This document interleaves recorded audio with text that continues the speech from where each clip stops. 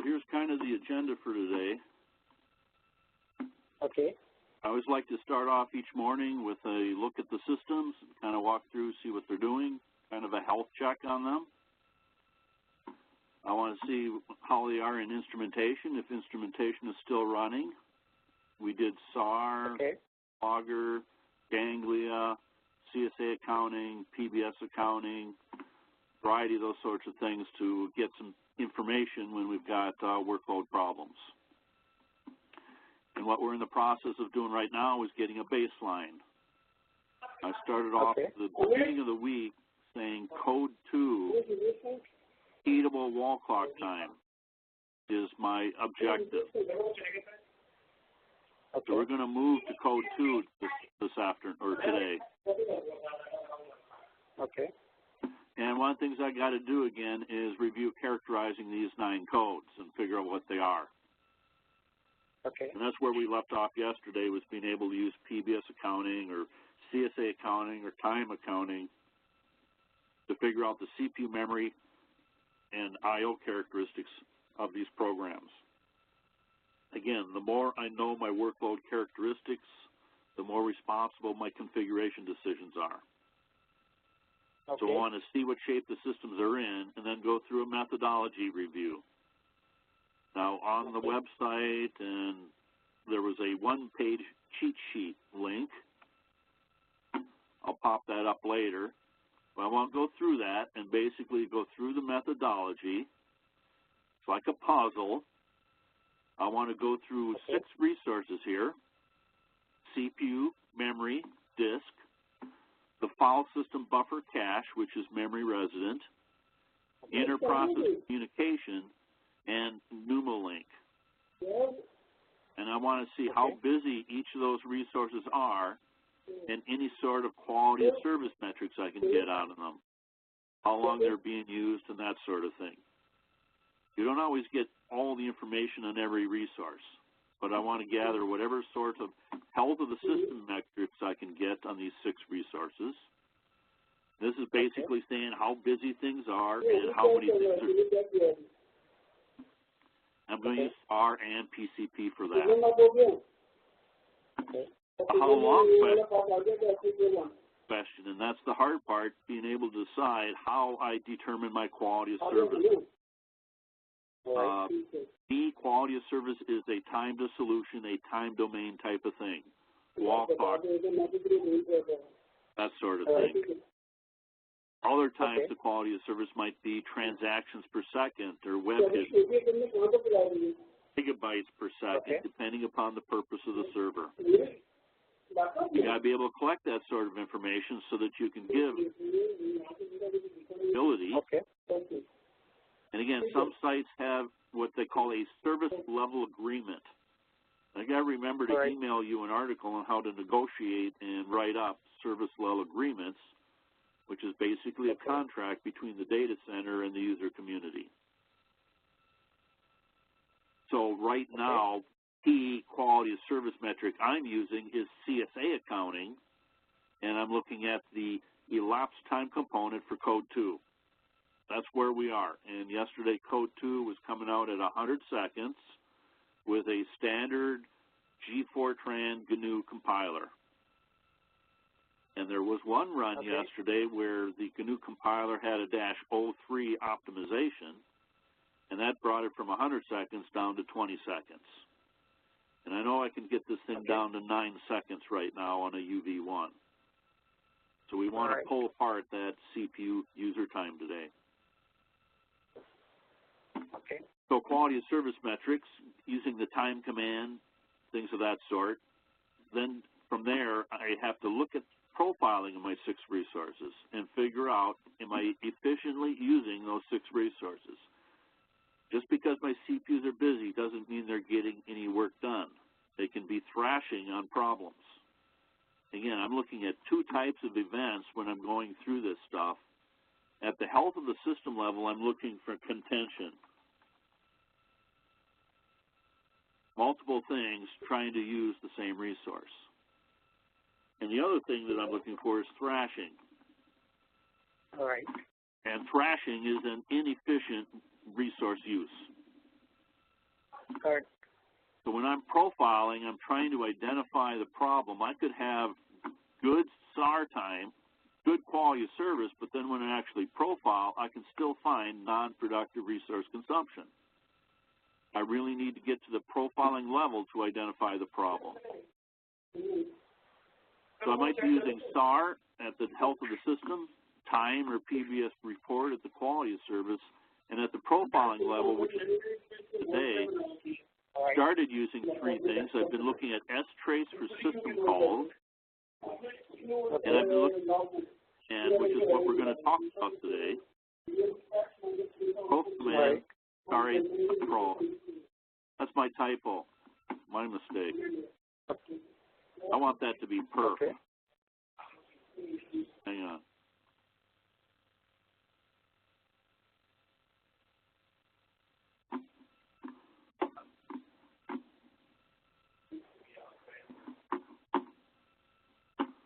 My mistake. There is a G-prof and stuff, but perf is the tool that I want to use to profile. And perf is going to sample the program counter periodically and determine what subroutine we're in. Okay. The other thing I've been using so far is WCHAN, which is available in PS and TOP, that tells me if a process is running, perf will look at it. But if it's sleeping, WCHAN will tell me what it's sleeping on. And I also get into back traces here with crash and use a back trace to look at the entire WCHAN, what it's sleeping on event. And we're going to see a little bit more of that today. All right. I also want to review ProcMem info today and talk about that memory map we built yesterday. Make sure you understand and make some of the numbers do things like buff mem, dirty, write back, things of that sort. And one of the key things yesterday was also shemem. All right. Shemem is in the cached field.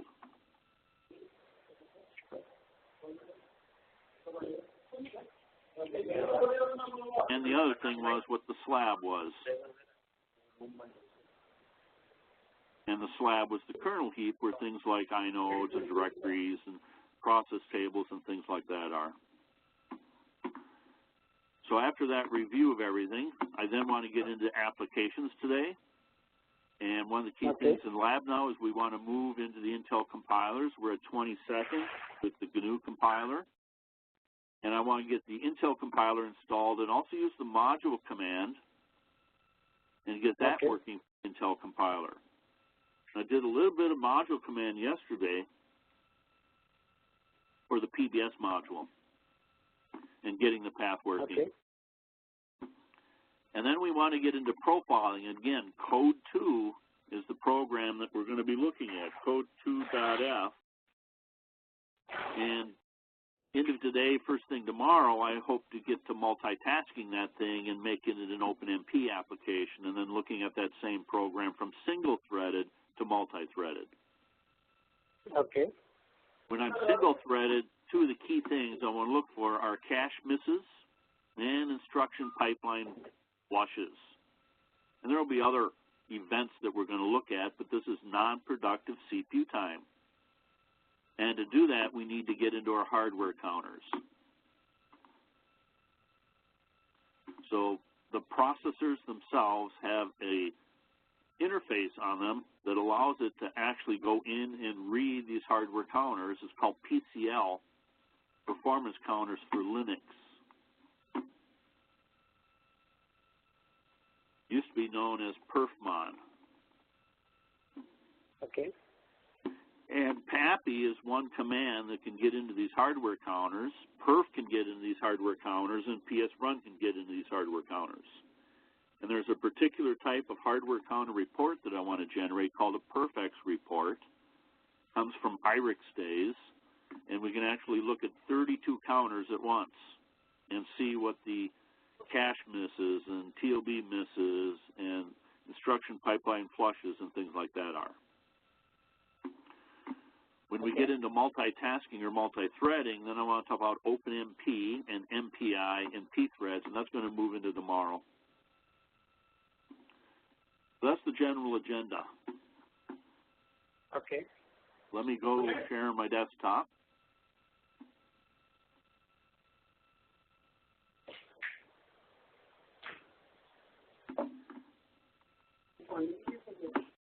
So let's see what's going on here.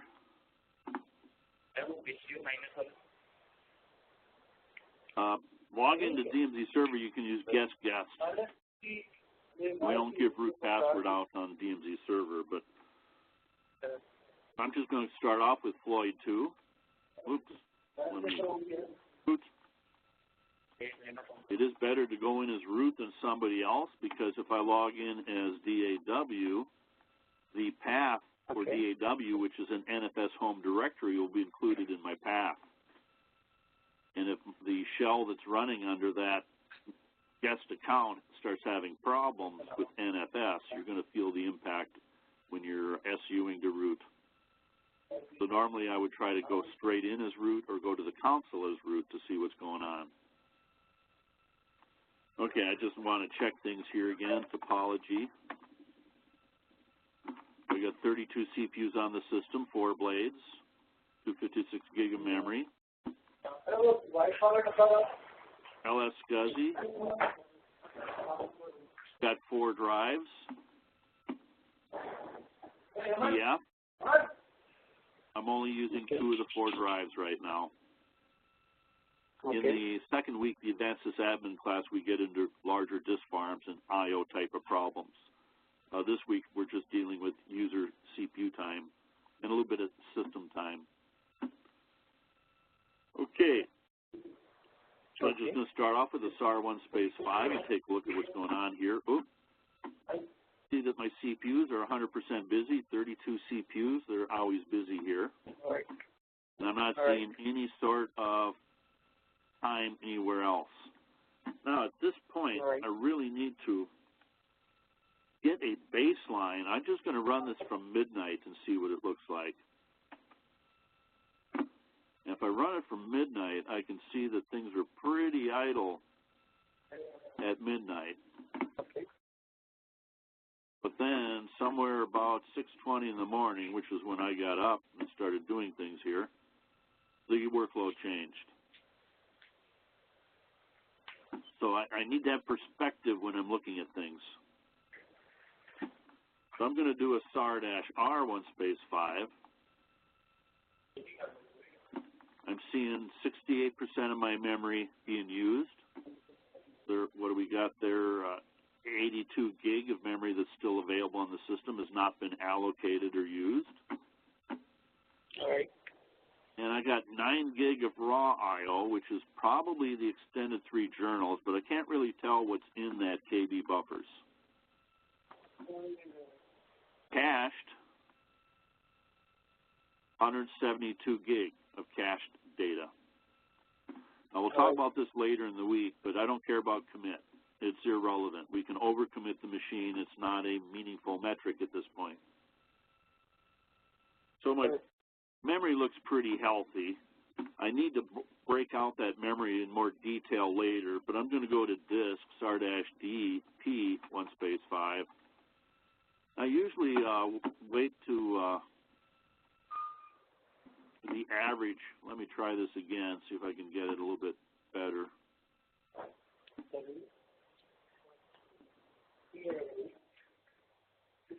When I'm looking at a large system, it's easier sometimes to look at the average.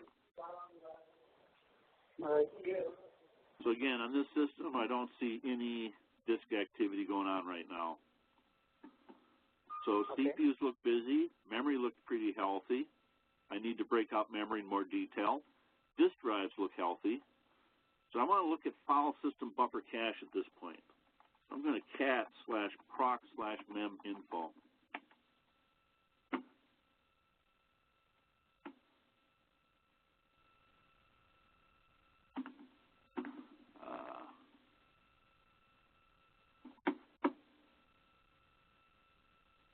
So there's my 264 gig of memory. Got about 82 gig that's free. There's my 9 gig of raw I/O and /dev. And here I've got 166. When we got there, 166 giga cached. Now, if you remember, cache had several things in it.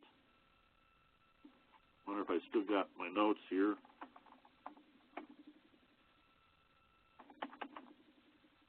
The top 3 SAR commands cached field. In it is dirty data, data being written by application and copied. Let me actually call it mem copied to kernel page cache. This dirty data is incoherent. A sync or the flush daemon.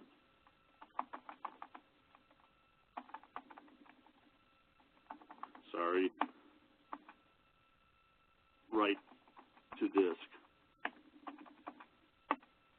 After dirty, we have write back, which is data marked to flush. Don't want too much of this.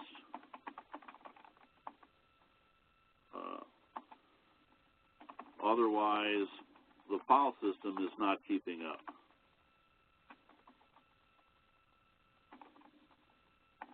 What I call a flush choke. Flushing before prior flush is done.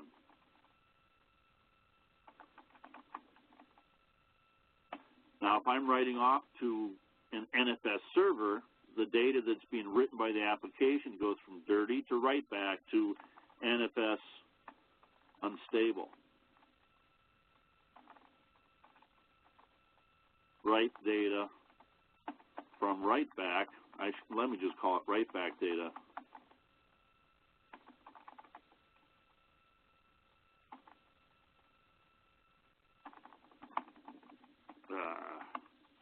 Going to the NFS server. Now, once it's flushed, then we call it cache clean. This is flushed coherent data. Disk and memory, the same. So dirty data that is flushed is now still in memory, but clean. Now, the top also, these fields also include tempfs, memory resident file systems.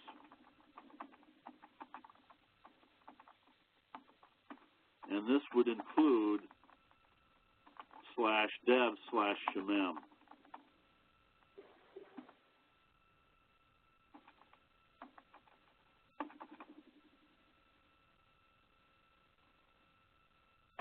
And would also include IPCS shamem. And meminfo has a shamem count that is also in the cached and mapped counters.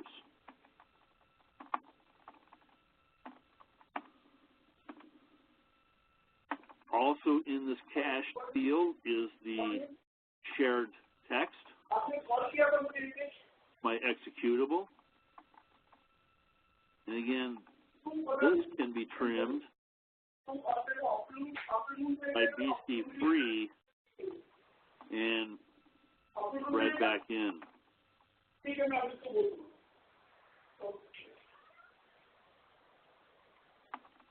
Right away.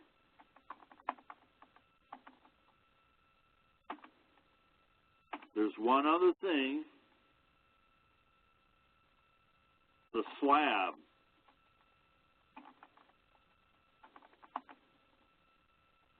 Is added to the cached field. Let me say the meminfo cache field.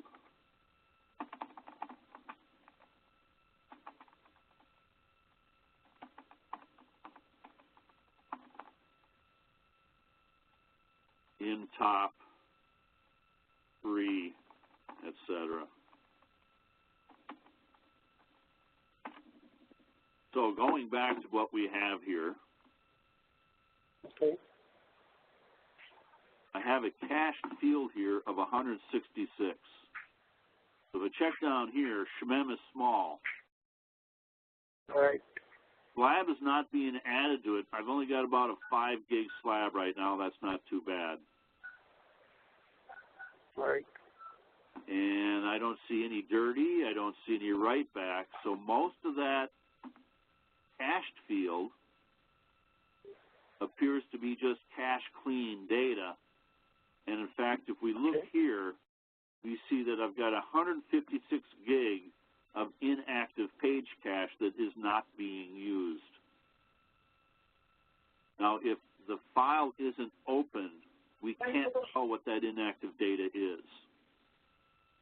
If the file is open, we can use LSOF and do things like sort by file and stuff like that, sort by size of the file. Still have what we got there, 20 gig of active file cache that's being used. Okay. I don't have very much for user memory, and again, the slab isn't too bad, so it appears that most of my memory is inactive file cache and is not being used. Therefore, throwing away or cleaning it should clear up everything. This is Shemem, and I was looking at file system buffer cache, so there's no buffering. What do we have for buffers? 9 gig, not bad. And then for the slab, 5 gig, that's the file system buffer, and then the cache was the part that was all my memory footprint. Now let me move on at this point. Let's CPU memory, disk, file system buffer cache. I'm going to do an ls-l on /dev/shemem. And I don't have a whole lot there. 67 meg 3 times for audio. In fact, I could probably turn off audio here. I probably should do a du-h on /dev/shemem because there is this RR base as part of Ganglia as well. I don't see much there, and that correlates to what I'm seeing up here with Shemem being real small. I'm also going to do an IPCS-AM to look at inter-process communication. Oh, I do have something going on here. I'm going to pipe that into more. And I got a problem, it looks like, in bytes of shared memory segment. Let me do a CS-M. And I'm going to pipe that into WC-L. And I'm getting 4100. And again, there is a header. So I got 3 lines per header. But I want to show you this. This CTL-A prep for Shemem. And I am only allowed 4096 shared memory segments by default. And I've actually exceeded that. Again, there were 4 dead lines in there. That gave me 4096 shared memory segments. To do something on this system and need a shared memory segment, that'll get denied. In fact, let me try that. Go into home.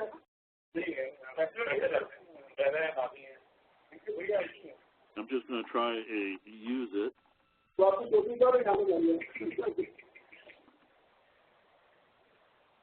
Hang on.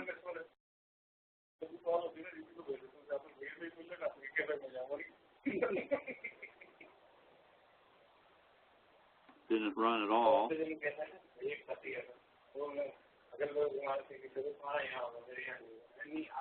Fine. I'm going to run a use Shemem script here. And here's what I was looking for an example. This application code 9 is doing shared memory segments. This is actually the size of the shared memory segment, and then this is the ID of the shared memory segment. But it did not work getting no space left on the right, which means I'm out of shared memory segment. That's a little bit of a problem on the system. I'm going to go into root bin. I've got a script in here to clear up unattached shared memory segments. This was a leak on the system. And I'm going to run the IPCS command on shared memory segments, do some mucking with it, and grab column 6, IPCS-M. Oops.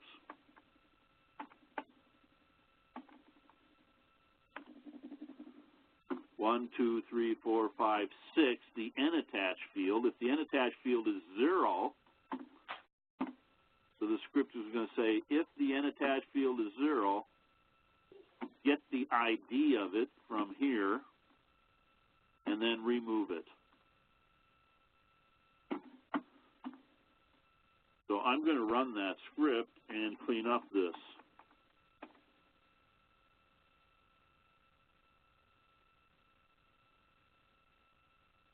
Sometimes batch systems, applications using Shemem get killed by the batch system because they didn't specify enough CPU or memory. They could even hit an out-of-memory killer event and get killed. And then that could leave unattached shared memory segment problems, including /dev files that might not get cleaned up. Now, it's up to the application to catch a SIG term, jump to a signal handler when that SIG term comes in, and clean up after itself before PBS or some administrator kills it with a 9. A kill 9 is a hard kill. Gaussian is an example, one application that does get killed and leaves behind unattached shared memory segments. Again, these would be memory leaks as well, taking up memory on a node. Some other user comes along through batch, asks for memory on a node, but half of it might be gone due to the shared memory segments. We're still cleaning up this mess. While that is happening, I'm going to bring up my desktop here.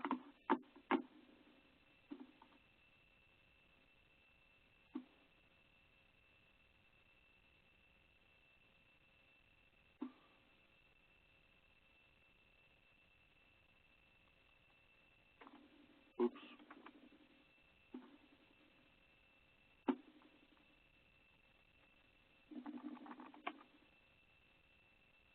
So I'm going to get a little graphical interface going on here.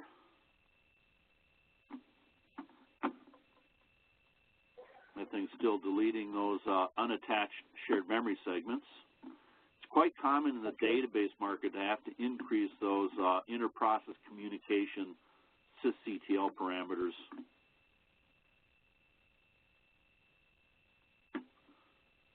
Okay, I'm going to do a PM chart and get that going here. If you remember from yesterday, I created my own view. I'm going to go into that view and find that thing. I think I called it all. I'm just going to do an open on that thing. I'm connecting to Floyd 2. That's all good. And there was the basic chart that I built yesterday. And memory, we were just looking at the memory issue and the Shemem stuff. The way I can still see here, got a 100% blue here, which is the application, the user space. We're going to look at that in a few minutes. I don't see anything on swap. There's been no swapping visible. And again, in memory, it looks like I am mostly cache clean, which does include Shemem, by the way.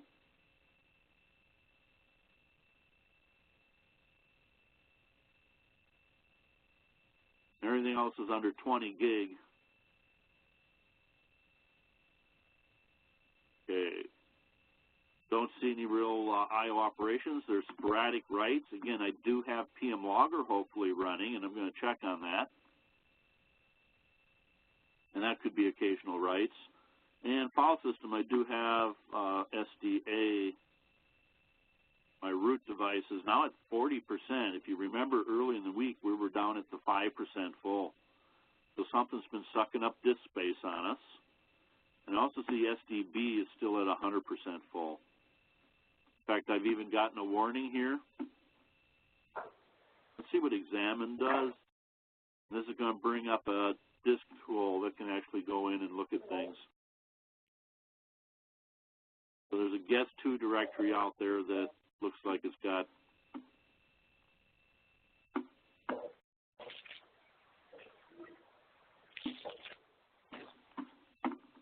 let's get out of there.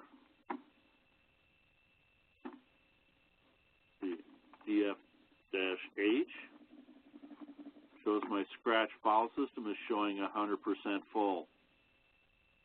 I'm going to do df-i and look at inodes. And not bad. That one's only 1%. My inode space is in good shape right now.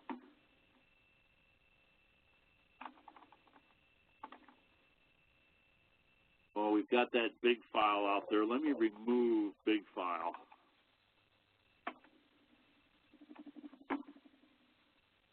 Oh, well, that's going. I'm going to bring up the second tool. By the way, I can see some things happening here with memory being cleaned up. I'm going to bring up a PMGsys utility. And this is another way of looking at the system. So here I can see all my CPUs. I see some system time bouncing around on the system. Sometimes PMGsys is the best tool you got to look at the whole system. Anyway, let me get rid of this cache clean. Notice as I'm removing that file, I didn't really look at how big it was at the time. Let's see, ls-l/scr. Oh, we don't even see it by... So here's an example. The inode has actually been removed, but we still got data in cache that's being thrown away and trimmed. We have a trim of the cache clean. That file, that big file that we just removed, is now being cleaned up. And the RM is still sitting there. Let's see if we can catch this. So I'm going to do a ps-el type grep for RM. And I don't really see much here. It's always running. Let me try a perf pop-p on 19733. See if I can catch what it's doing. And there we are. I can see that that RM command, quite a bit of different things here. Unlocking buffer, dropping buffers, all that around cache clean is being cleaned up right now. There also appears to be a journal flush going on. Am I losing my buff mem? Let's see if I can catch that. So by removing the file, I am freeing up memory, and it does look like that's the slab is being trimmed as well. No, buff mem isn't changing, just the slab. I wonder if I can catch that. Slab pop -s space C, and what I got is buffer head.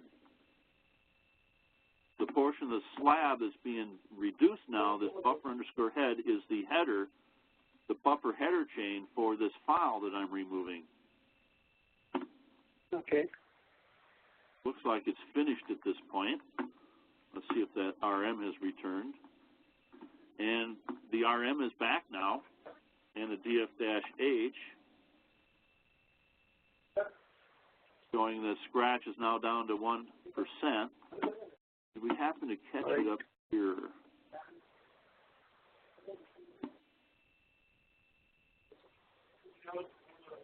Well, I've got nothing but refreshes there.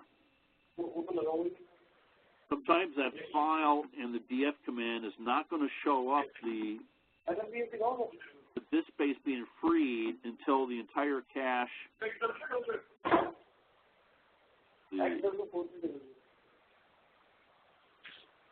All I did was an ls. I didn't really get a df-h on it. This df-h was after the file was removed. But sometimes that percentage used will not show the change. You might get the inode back. You might get an RM return. You might get an ls showing that the inode is gone, but until the page cache has been dealt with, that disk space is not necessarily recovered. Okay, I want to do a SAR1 space 4.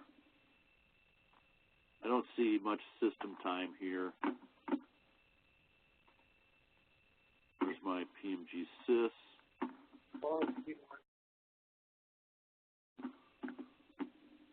Notice I don't seem to have any system time bouncing around on the system at this point. Everything is now stabilized in a solid blue. Okay. There was one other thing that I wanted to do here. So I looked at CPU. They're still 100% busy. I need to come back to that at a quality of service level and look at top. I'm still looking at health of the system metrics for my 6 resources. Memory, I just cleaned up. Basically found a scratch file that I needed to remove, and that also recovered the cache clean in my memory as that file was scrubbed from disk. I shouldn't say scrubbed, but the inode pointers to it were removed. Disk drives, no real activity there. File system buffer cache. My file system, by the way, was mostly that, and by the way, let me bring up a slab top now. So that page cache being so large gave me a large slab top.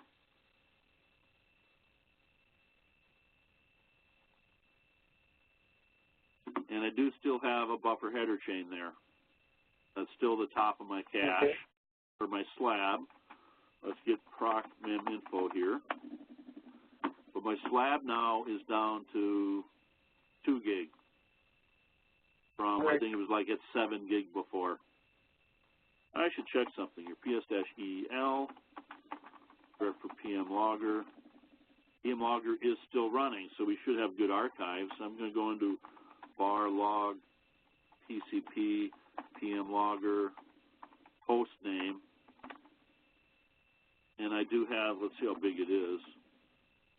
It doesn't look that big, but I do have a PCP file going on there. Let's see. And it was recently written too. Again, I had set that in var lib PCP config PM logger control file and set up this line here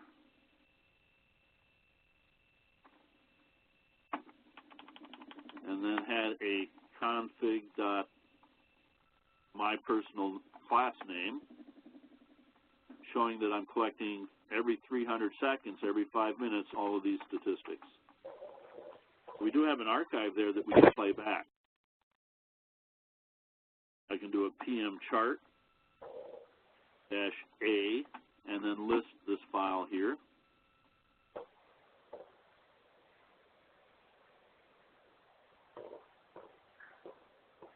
And notice it says archive down here. If I click on that,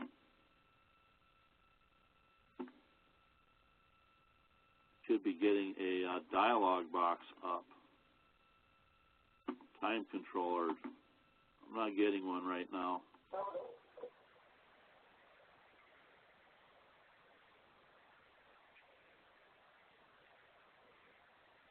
Let me try opening up a view.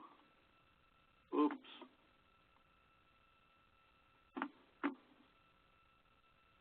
There we are. There's the time control. I needed to have a view up.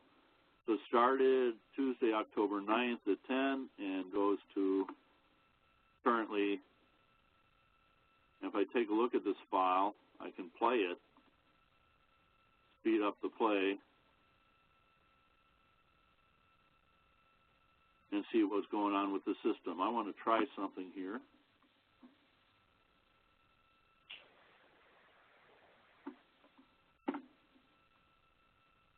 I want to get that memory view going.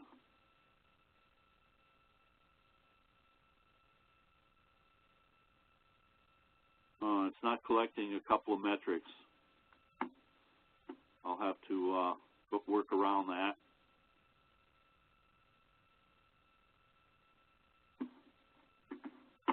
And now let me play it.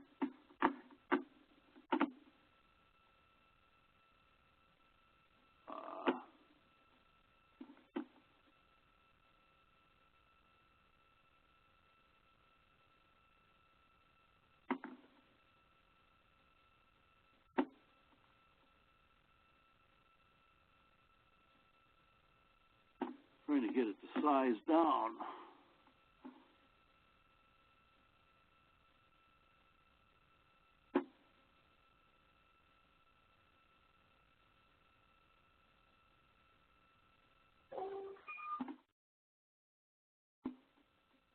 Come on. Won't even resize for some reason. Well, let me get rid of that thing. Trying to get to the VCR control and take a look at memory during that interval, but I'll come back to that later. Okay, what I was trying to get to now was I looked at CPU memory disk, file system buffer cache. I still had stuff in the buffer cache, and I still had a buffer head. Let me bring back up the other PM chart that I had. Again, this is historical. Let me change the number of samples so we get a larger interval. There we are. I'm going to just check something here. Don't really know. LSOF to list my open files. I'm going to grep for regular files and then sort it. Do a numerical sort, ignore blanks, reverse the sort, and then the column that I want to sort on is column 7, which is the size of the file. Trying to look at the files that are largest memory, if assuming they're opened by an application. And I'm not seeing a whole lot here. I see the accounting records that are out there. The audio things, again, I'm sorting by this column right here, which is the size of the file. And the rest of these things, shared text and stuff, I don't even care about. Can't see anything in cache that is open right now. I'm going to do a BC free. Actually, let me do it this way. sysctl-w vm.drop_caches or cache equals 1.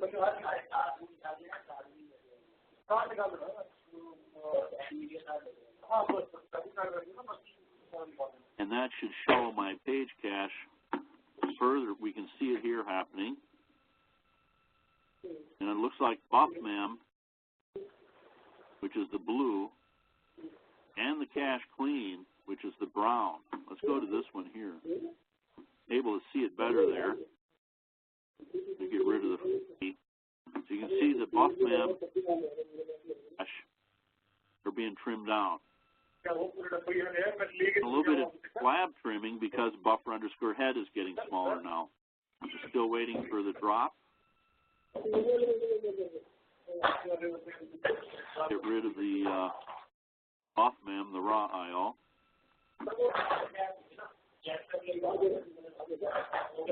You see the trim down. It was at 2 gig. We're almost down to nothing now. So my drop cache is successful now. Now that took a little bit to do. I've got all my memory back again. I don't have to do any trimming or anything. Now BC free would have done the same thing. Now did I disk activity after that? Look at, you can see some activity here. There's some reads during that trim. So there was stuff in cache that was being. There's another one right in there.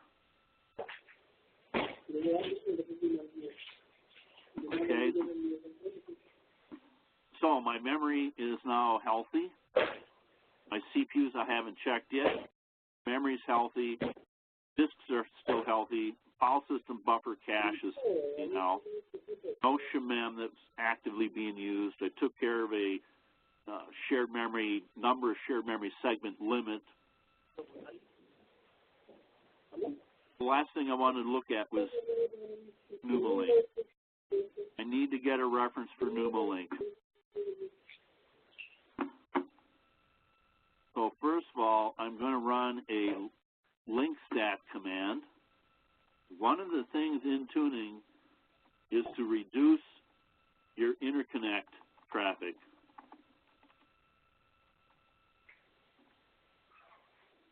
And it's warning me statistics are not active. I need to activate them. This is not on by default. I'm going to do -A.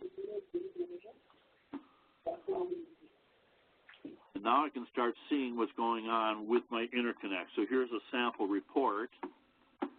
These are showing me the ports off the hub on each blade and the port they're connected to. And then I've got a reference here now for a quiet system of where my interconnect traffic is like. Okay. Now I'm going to add that as a metric here because I want to get a reference and a baseline on this stuff. I'm going to put in a new tab, call it Numalink.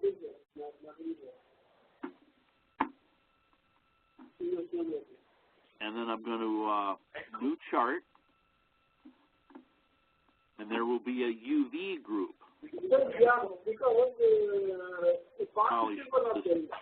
PS-E and grep for PMDA. Sit there. I'm also going to go in here now and UV the NL for Numalink traffic. Okay. And then I want traffic itself. These are the statistics. You get these megabytes. So I'm going to take receive bytes and basically put them all into this plot. And that's the exact same data that we have over here. And I also want to create, I think I'll put that as 1. And then do another one.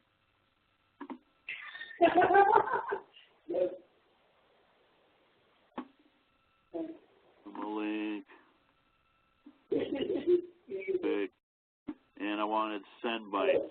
I had receive already. Not send, those are commands. I'm more interested in the traffic itself. The payload, not the command overhead at this point.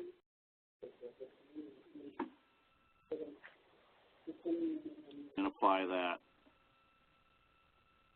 Now, I personally prefer these to be in a line plot, not a stack bar. I'm going to just edit chart and show you. If I flip this over with stack bar, particularly in a large system, it gets hard to really interpret that. So there you can see it's on top of each other. I can use the clicking to figure out which one is which, the yellow and the red.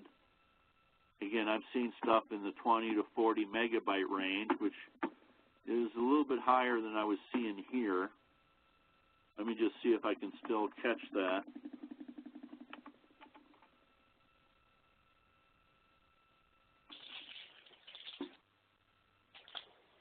I'm trying to do a correlation here.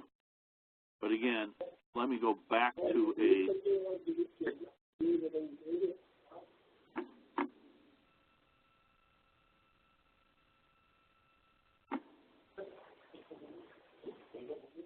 and now I can start to see the numbers that are more correlating in the 1 to, in peaks up to 10 megabyte per second. But we're not catching all that here.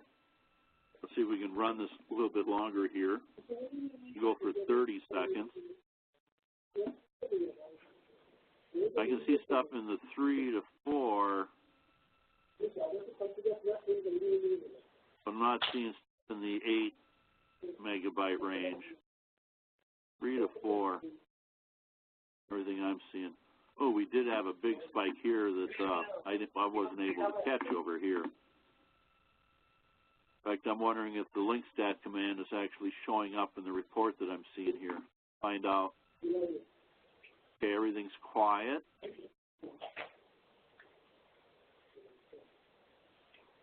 Just going to see if there is a correlation here. Wondering what this traffic is from.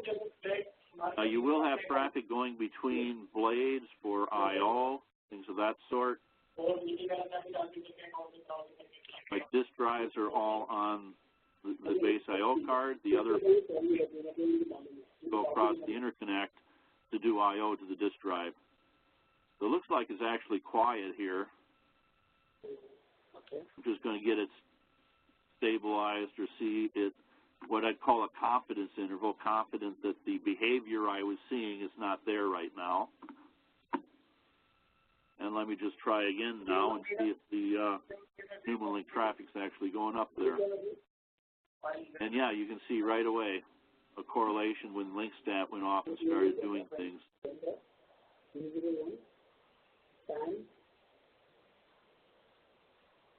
Okay. I'm not seeing big spikes though like I had before. So right now I've got a clean system except for CPU. Let me save off that view.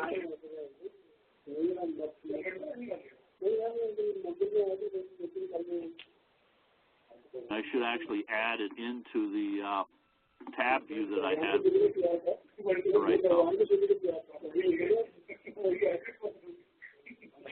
Okay. Nothing on swap. Memory's completely healthy. Disk drives have an occasional write. I'm just curious here. This PM logger top.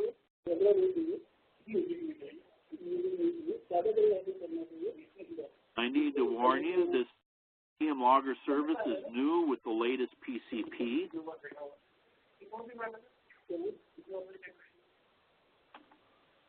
They upgraded PCP to this 3.6.5, and they added a PM logger service, and I had to check config it on. So I don't know in the workbook, they don't actually have anything on doing the check config add PM logger. So here's a problem now. I've got that thing way the reads. There was some sort of read that happened when I did the service stop. More than likely the share text type of stuff to shut it down. Let me take reads out and I go back to writes. I'm still looking at disk traffic. Let me see the reads. There's still an occasional trickle here. I'm going to do a tail-f on var log messages. One of the things we do advise is to keep your syslog quiet so you don't have a whole lot of noise in there. And the only thing I'm seeing in there are cron events every 10 minutes, which is the SAR data. Everything there's looking good.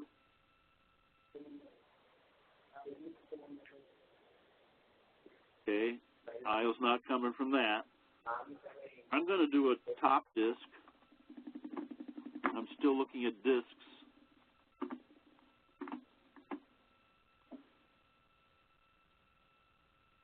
Let's see if I can catch anything. So SDA2 appears to be where the writes are going.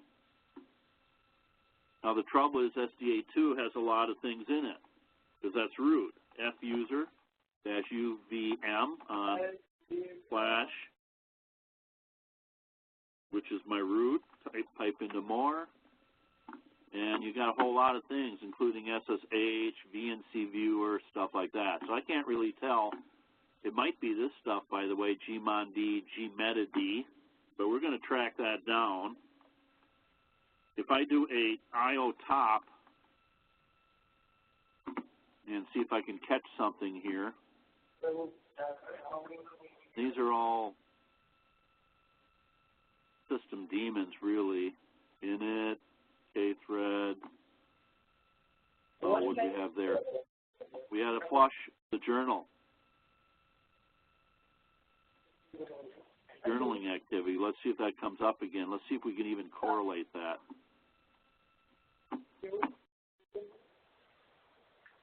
The next time see the journal come up. So I'm trying to correlate and say what's causing this I/O. F user gave there. K journal. Yep, there we are. That's the journal that's writing there. I just saw K journal D pop up here and saw the writes happen at the same time.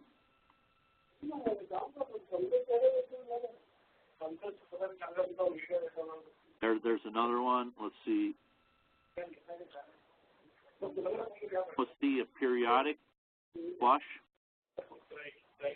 Wait for the next one. Postgres just did something, which is part of PBS. Waiting for the next there. Great, K journal D popped up. That was a K journal D right there. Okay. There isn't much I can do about that. I am curious though. Okay. PS-E, rep for K journal.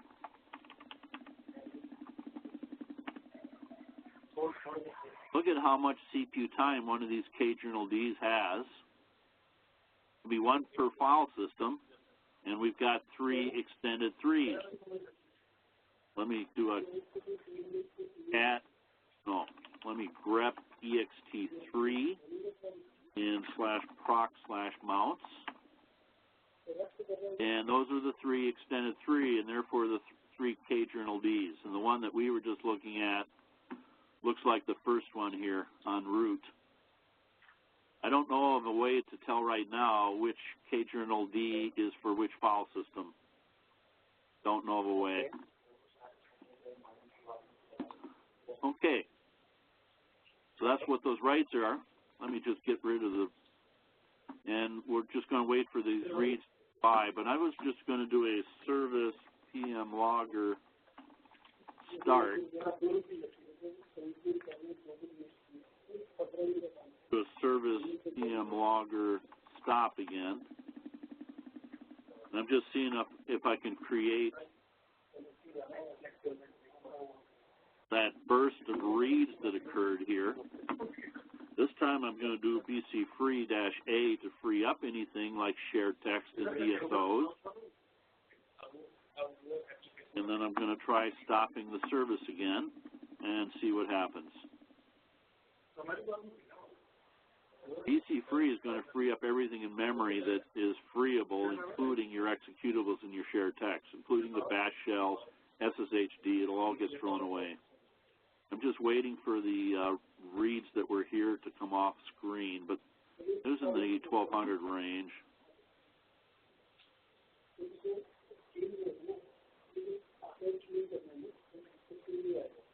Sometimes I will change the samples, number of samples visible to get rid of that large outlier, that large storm there. Okay, waiting for that reads to go off screen, and it's resizing stuff. So now we're back to where we were before as this screen over here resized itself.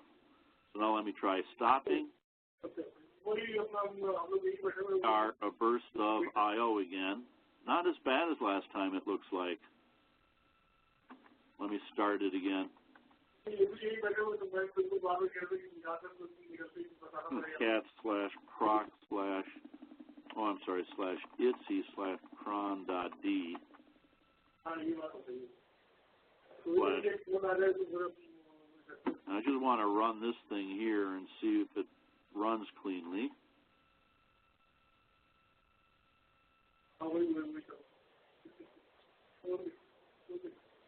Supposed to run at midnight every day. Notice that I had it commented out.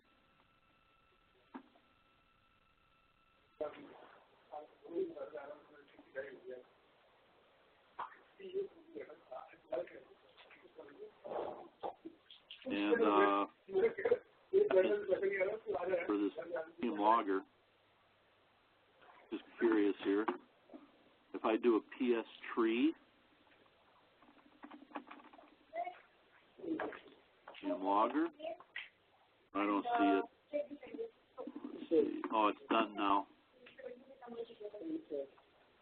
By the way, I did have a counting turned on here, -W. Let's do a tail. The last 200 processes that terminated and see if we can catch that. And here I can actually see what was going on during that interval and some of the elapsed times here, 29, 30 seconds of elapsed time. And I don't see any other accountability for that elapsed time. I don't see any user time. I don't see any system time. I don't see any audio wait times. Let me do a head here. That appeared to be a metadata type of thing. So going up here, these were elapsed time, but notice those programs did not have any user time, they didn't have any CPU wait, they didn't have any data I/O wait, they didn't have any swap wait. But they must have had some metadata wait time going on with them. There was some other sleep time that wasn't visible there. And we didn't. We'll go into var lib TCP PM logger. No, var log. I'm sorry, var P host name and see. So I was kind of intermediate samples that to get merged together into a single file by that PM logger.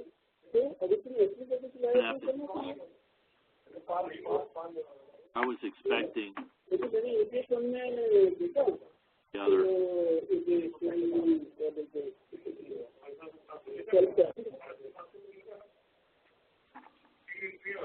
Hang on a few minutes, we're going to move on.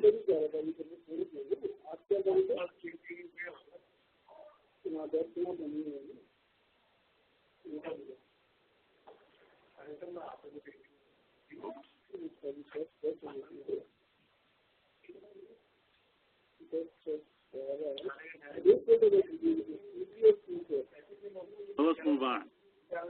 So I've gone through health of the system, and the CPUs are still busy. At this point, I'm going to bring up top. Again, this thing's been up for 2 days now.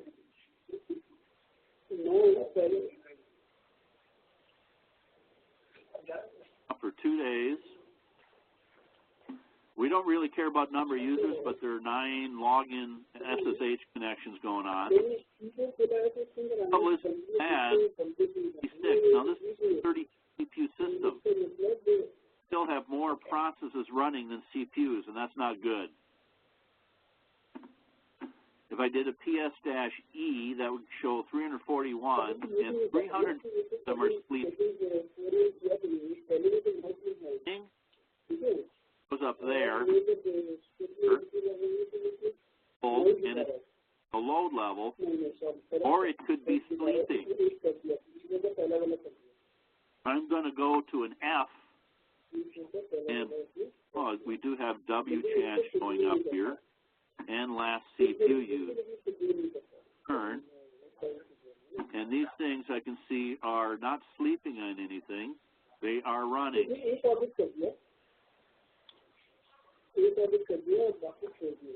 Okay, we got 100% CPU utilization, all of it running on code 6.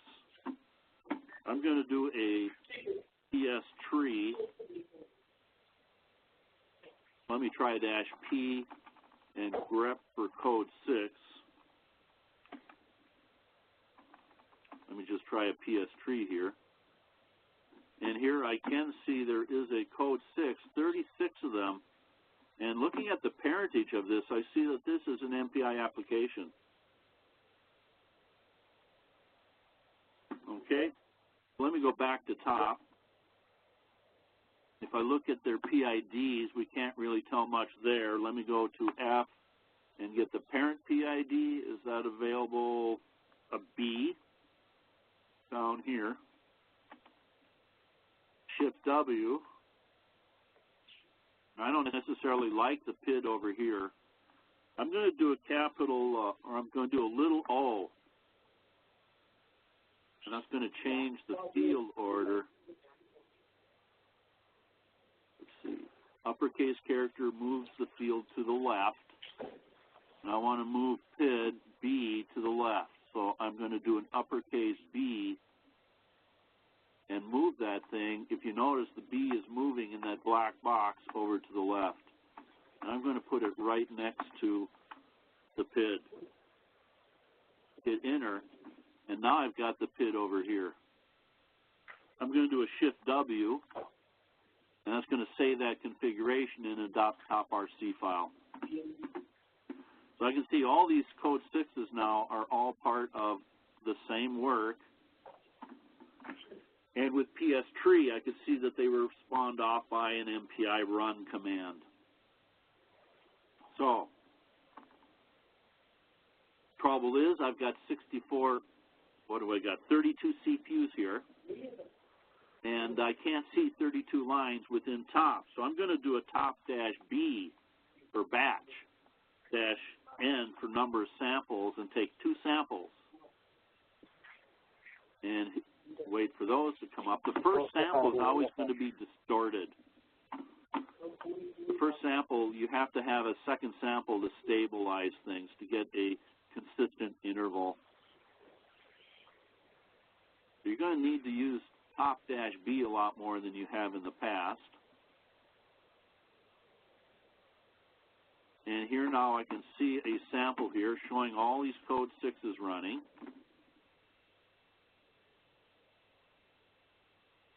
And I can also see a few other things running, not much, but my BNC viewer, the PM chart, GNOME terminal, top itself, PMCD, and then everything else is nothing.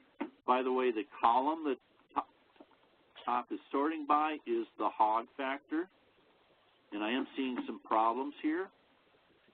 Some of these code 6s that are part of an MPI application are not getting 100% of the CPU. And I'm seeing another problem here. The CPU they're on appears to be wrapping. I've got some that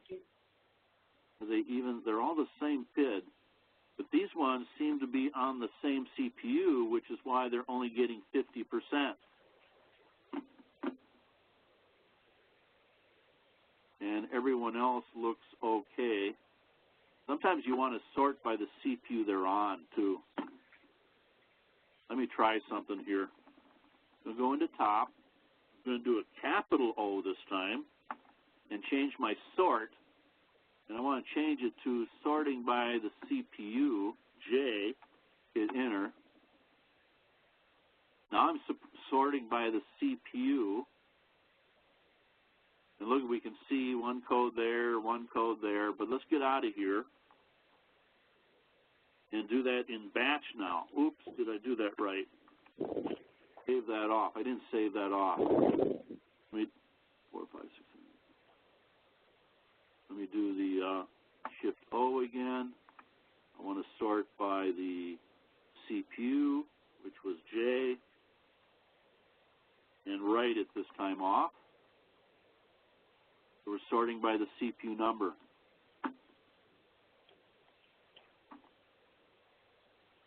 Now a top-B-N, I'll go 2 2, and I'll put it into a file.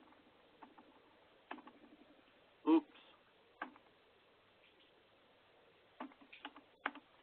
There is number of iterations, -I2, and then -D2. So a 2-second sample, two samples. Uh-oh, I'm still doing something wrong. D for delay, N, N. There we are. So this should sort. Let's do a VI on top.rpt. So now I'm able to see more than 20 lines or something like that, and go down through these CPUs and see what's on the CPUs. For each of these CPUs, I can see some other daemons that are running here. This is the migration thread for the CPU scheduler, interrupt handler, and a memory manager. But also appear to have this USB storage thing sitting here. code 6 again. But look at all the things that were on CPU 28 compared to the other CPUs. Just going down the list. Code 6, 25, 20, code 6, 24, 23, 22. And this is not much fun when you got 1024 or applications 4096 wide to sort through this. There's 20, 18. What I'm going to do now is grep code 6 in that top.rpt. So here I can see 3 on the same CPU, 2 on the same CPU, 2 more on the same CPU. Notice they're also collecting CPU time. They're not sleepers or shepherds. And everything else looks like they're on, oh, we've also got, oh, is that the prior sample?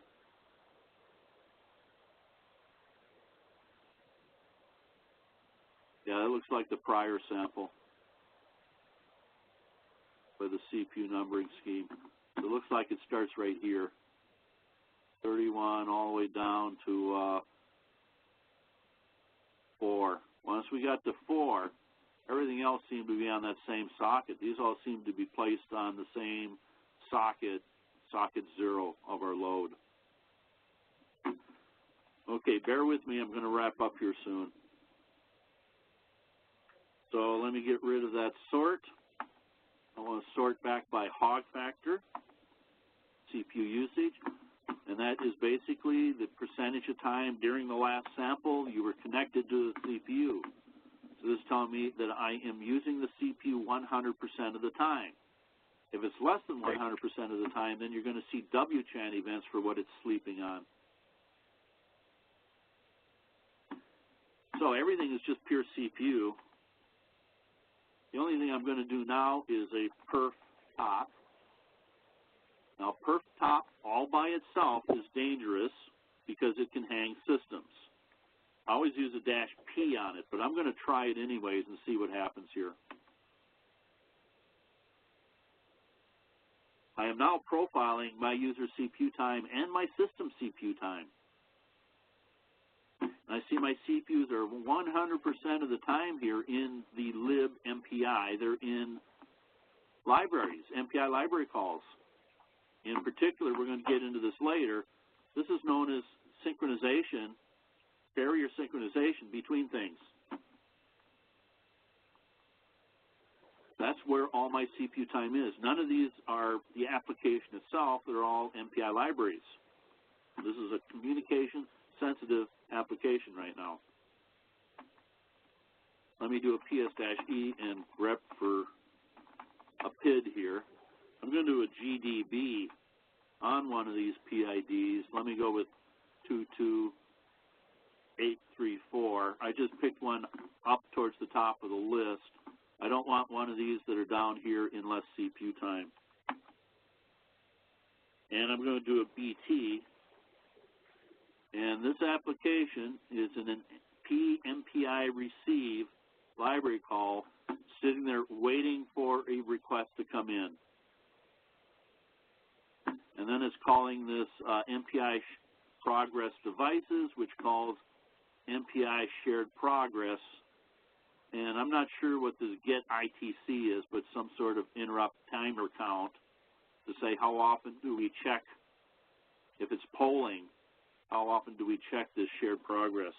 I'm going to try a BT here a couple of times, see if I can catch it in anything else. It's always in the same thing. Always on this PMPI receive. So we're going to have to get into profiling that a little bit later. But basically, this system is thrashing on barrier synchronization. One of the key problems here, EF, let's grep for code 6. There they are, WC-L. I've got 39 of these things, and topology shows me I've only got 32 CPUs, so these processes cannot all be connected at the same time. Basically, I like to describe this as playing phone tag between the threads. Again, this 100% CPU utilization is no work getting done. I'm almost wrapping up here. I'm going to go in and do a module load, MPT. Module command's not found, so I need to source it. I came in through the remote desktop, and module is not known there. ITC profile.d, modules.sh. Now let me load the module. Okay. Now if I do a, let's just check to make sure that I've got a code 6 here. And I do. Let me just compile it here. GCC -LMPI -O code 603-03 for optimization level 3, code 6.c. Now I'm going to do an MPI run -NP2 and say spawn off 2 worker threads. Let me go 4 wide / code 603. So here, this application basically is doing a ping pong test. The first field is the size of the message that is passing between the threads. Okay. The second field is the latency in microseconds.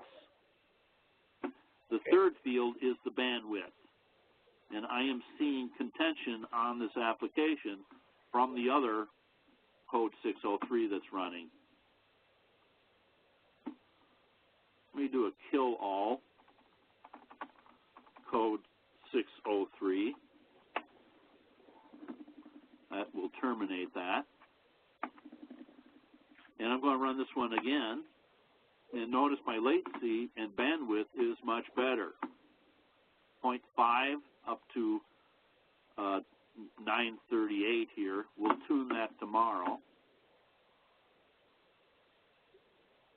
Compared to where we were before, we were in the 10, 14, 8. Again, all the noise is causing that to vary. And here we have a nice clean progression. Let's see, where were we before? I'm looking at 145 microseconds at 16K versus 7 microseconds. How about bandwidth?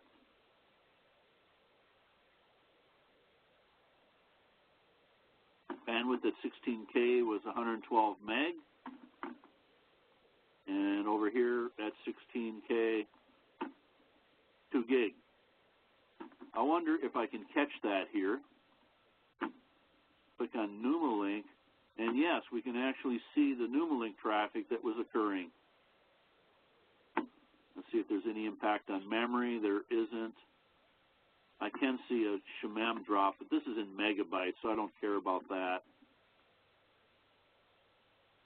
Again, most of my memory is free. Now, I'm going to bring up top, and everything looks quiet. I need to go back to sorting by CPU time here. Shift W.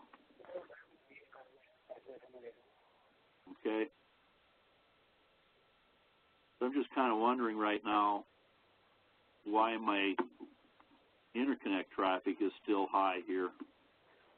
I still have a lot of traffic being sent between the nodes. I'm going to just try BC free-A.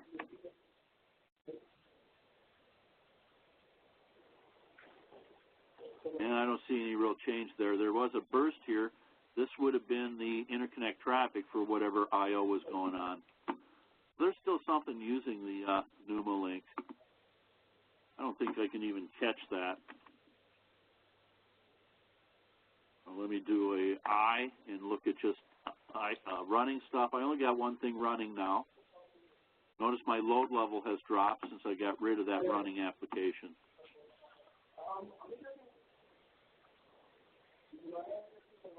Let me do a perf top again. Oops. Not expecting anything of interest here. But basically I have an idle system now, and I can see lots of idle time here and some real-time clock interrupts.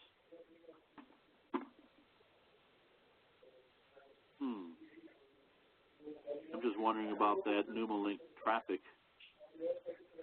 Let me try a BC free -F and trim the slab. I can see a burst of slab traffic across the internet as I trimmed it, but my Numalink is still up in the 100 megabyte range. Now, the hard part here is matching up. Two ports are going to have the same value to them. So if I can find this one, and it looks like it might be this one here. Yep. So that port B2, so from rack 1, IRU1, blade 2, port 3, to rack 1, IRU1, blade 0, port 3, there's still traffic going on. And I'm going to go back to the command line interface and do a link stat-UV.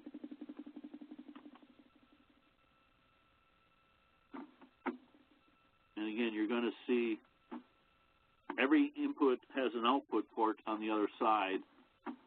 So here is that B03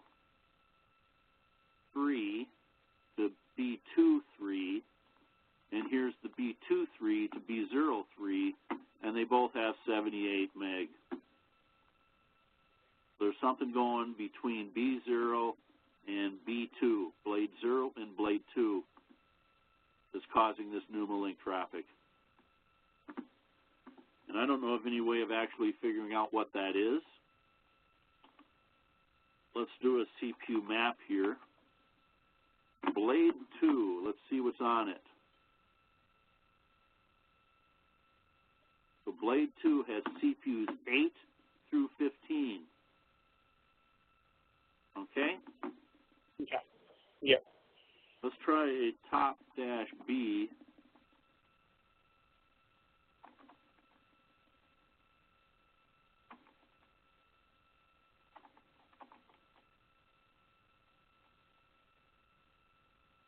And I was saying, what CPUs was that?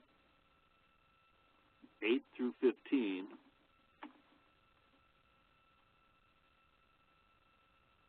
And I'm just trying to find things that are on CPU 8 here. Looking at this column here.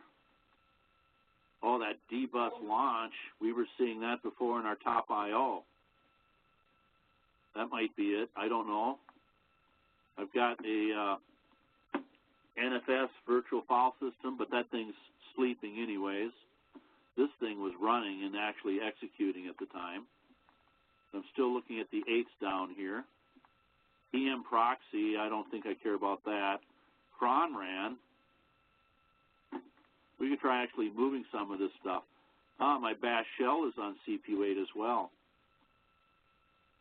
Some of that could be network traffic. I wonder here. PS. Oh, I got PM logger running here as well. Let me do a task set-P on 5883.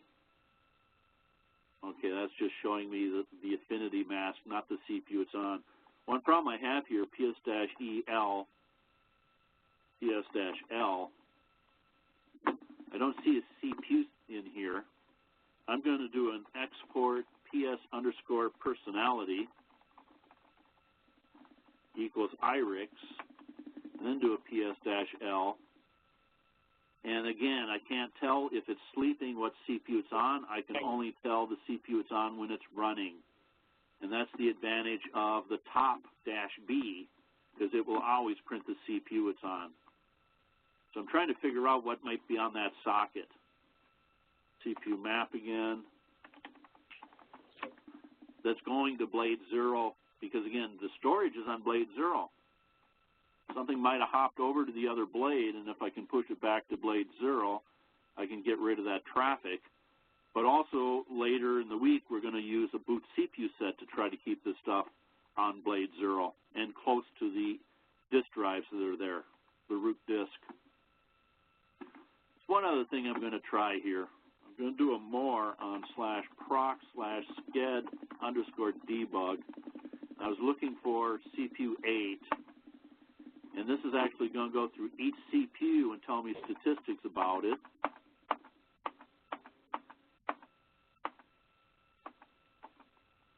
And I'm not seeing anything on it.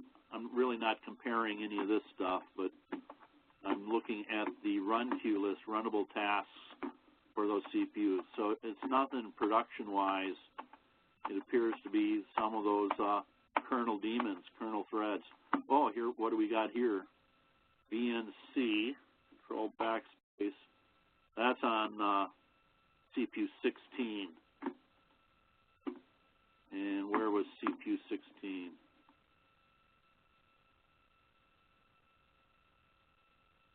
Oh, CPU 16 is on blade 2. Yeah, that's one of the CPUs. Well, no, we were just interested in 8 to 15. Okay. Am I doing this right? Hang on a second. We're trying to find that traffic. Link stat-uv. What blade was it between? I think I chose the wrong sockets. So we're trying to track this traffic down. And it's between blade 0 to blade 2. So that is CPU 16 that's in that other blade. So this could very well be where the XVNC actually got moved.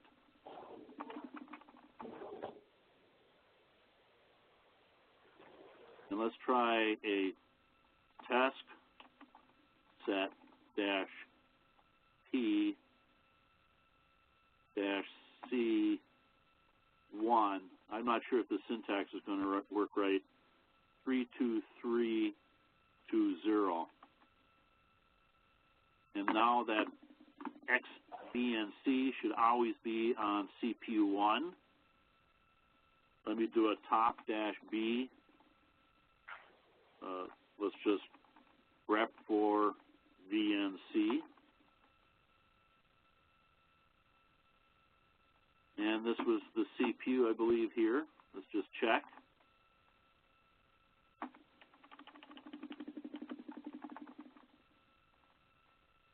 Yep, that's the processor number. So XVNC has been now moved off of that other blade.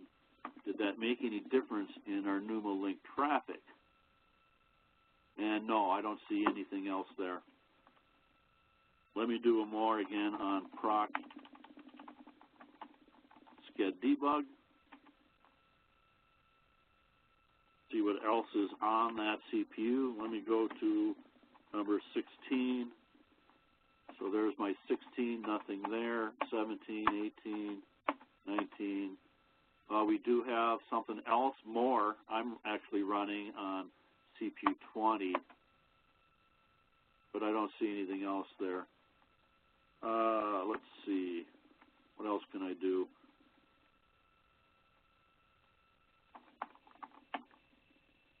One, 2, 3, 4, 5, 6, 7, 8, 9, 10, 11.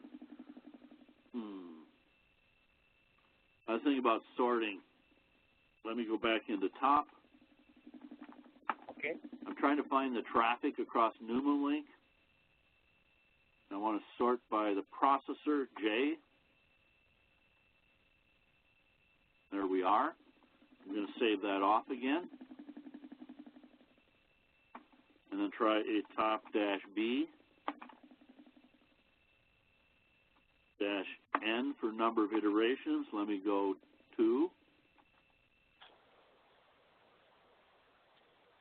Again, I'm trying to find out what's on that socket CPU map on that blade.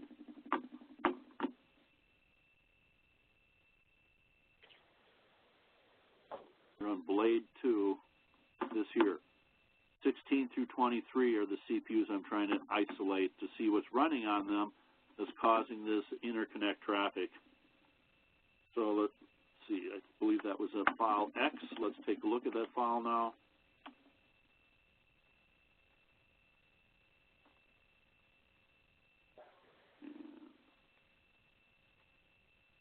There's 31, 30, I want to get to 16. Okay. PBS is also running, it looks like, on CPU 16. It didn't show up before because it was sleeping. Let me back up out of here. 17 has PBS as well. Looks like PBS is all on that socket. Right. 18. I'm just looking to see what else is there. A lot of services that are still on that socket, including YIP bind and network traffic and things like that. So I'm not sure we're going to have to move to a boot CPU set to see if we can move that traffic away from Blade 0. Okay. I'm going to get this back to sorting by the CPU usage or hog factor. Write and save that off. And I think it's time for a break.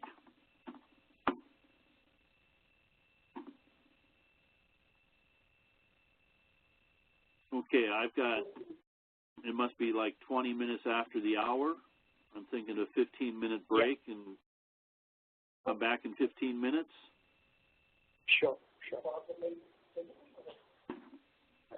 be back in 15 minutes. Okay, so let's take a 15-minute break here.